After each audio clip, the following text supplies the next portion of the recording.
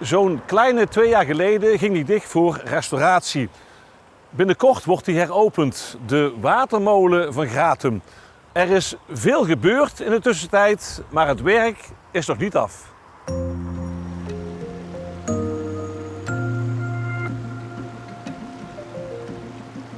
Eerst even over de geschiedenis, Edwin. Hoe oud is deze molen van Gratum? We weten al dat er in de 13e eeuw sprake was van een watermolen in Gratum.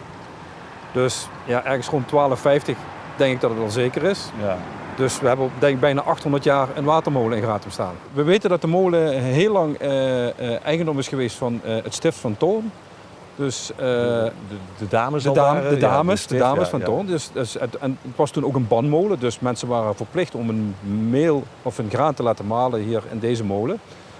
Later is de molen verkocht aan de familie Geloes-Delslo, die ook eigenaar waren van het kasteel Groot-Buggenum. Toen was het een graan- en oliemolen, dus er werd en graan gemalen en er werd ook olie geslagen. Ja, zullen we kijken of dat we hem ook kunnen laten functioneren vandaag? Ja, we kunnen eens even proberen, ja. Jij gaat hem aanzetten? Nee, Tom en Jos die gaan hem Oké. nou even aanzetten, die gaan hem in het werk zetten. Dat zijn de molenaars? Ja, dat zijn de echte molenaars.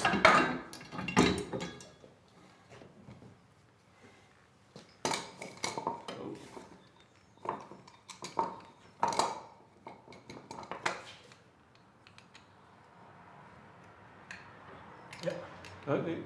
Dat is oké. Nou, waterrad staat vrij. Nou, dit is de losschuif. De losschuif. Je gaat nu de losschuif opendraaien. Dus dat het waterton. Ja. Maar we hebben nog een schuif. Oh, dus je moet er 2 losdraaien. En die gaat de collega binnen opendraaien. Oh, hij begint al.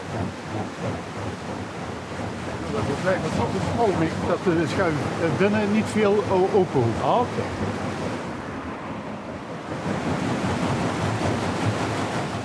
De molen draait. Wat doet dat met u? Ja, dat is weer dat echte gevoel wat je als molenaar hebt. Hè. Dat hele mechaniek begint te draaien en ook gesmeerd loopt.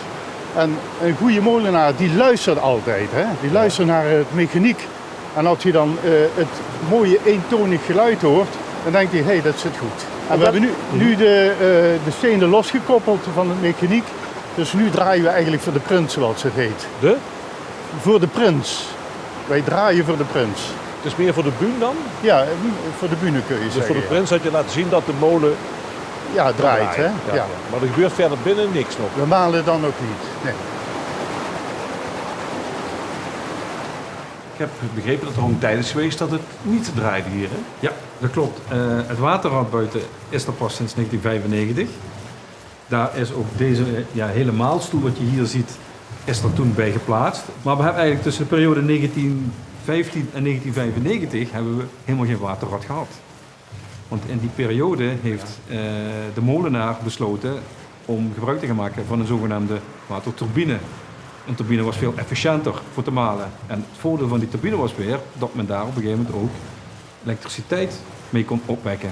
De molen heeft dus tussen 1915 en 1930 ook nog Gratum een stukje van elektriciteit voorzien. Het feit dat Gratum toen in de Eerste Wereldoorlog stroom had, is er een garnizoen, een post gekomen van de Marechaussee. En zij waren belast met het bewaken van de Belgische grens, want Nederland was neutraal. En later, ergens in de jaren 60, 70, is dat dus ook nog zeg maar voortgekomen dat we hier nog een hele lange tijd de eenheid van de Rijkspolitie met hun Porsches hebben gezeten. Dus, Allemaal door die turbine in deze molen. ja, zou je bij kunnen zeggen, ja.